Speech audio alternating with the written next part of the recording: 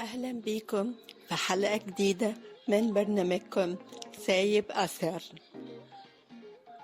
في ناس بتخاف من الفقد، وفي ناس بتخاف من القرب. الارتباط بالنسبة للبعض هو حلم، وبالنسبة لناس تانية عبء كبير. الخوف من المسؤولية، من التغيير، من التعري العاطفي، من إنك تسيب حد يقرب منك كفاية فيشوفك على حقيقتك. كل دي مشاعر بتخليهم يقولوا أنا بخاف من الارتباط. بس هل الخوف ده حقيقي ولا مجرد وهم؟ وهل ممكن نتجاوزه ولا هنعيش طول عمرنا فيه؟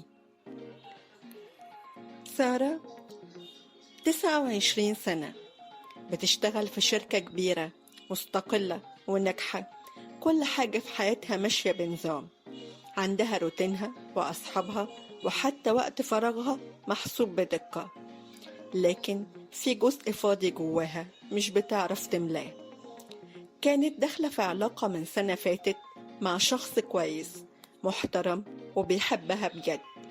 في البداية كانت مبسوطة، لكن كل ما العلاقة تقرب كل ما قلبها يتقل وتبدأ تقلق وتبعد وتختلق أسباب.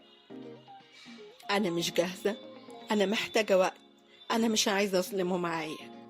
لكن الحقيقة إنها كانت بتخاف تعيش تفاصيل حد تاني، بتخاف تنكسر، بتخاف تكون مش قد التوقعات. اللي محدش يعرفه إن سارة شافت جواز أهلها وهم بيستهلكوا نفسهم. والدتها كانت شايلة كل حاجة، ووالدها كان دايما غايب.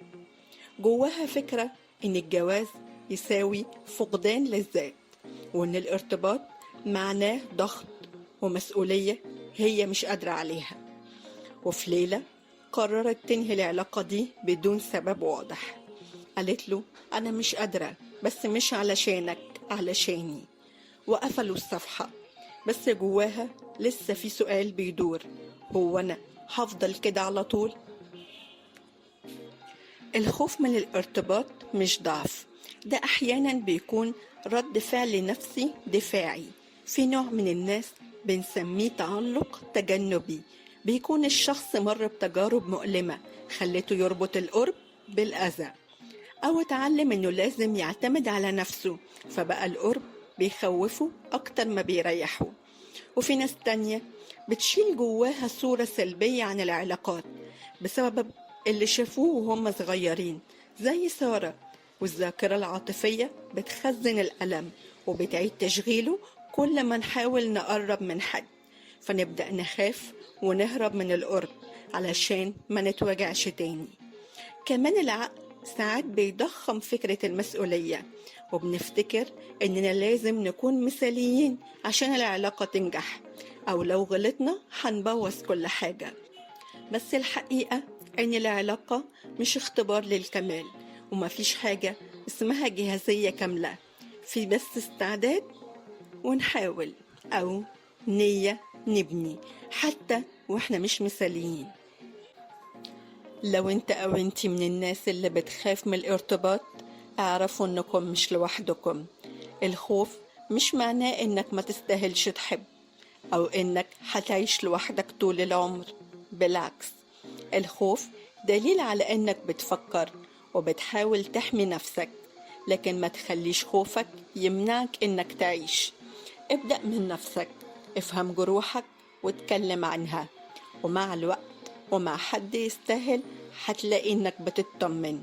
العلاقات مش كلها زي اللي شفته قبل كده، في حب بيريح، وفي ناس ممكن تكون سبب شفاء مش بس سبب وجع.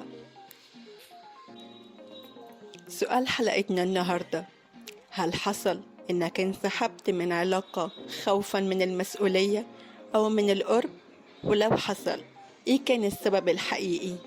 شاركنا بقصتك أو حتى بجملة صغيرة، لأن كل قصة بتتحكي بتفتح باب لحد تاني كان ساكت. كل تعليق وكل مشاركة وكل لحظة صدق ممكن تبقى بداية شفاء لحد غيرك. وافتكر دايما إن صوتك مهم، وتجربتك دايما سايبة أثر. كنت معاكم أنا بسمة في سايب أثر، مساحتنا اللي بنلاقي فيها الأمان، وبنحكي عن الحاجات اللي بتوجعنا وبتعلم فينا وبتسيب أثر. سايب أثر قريب لقلبك. أشوفكم الحلقة الجاية.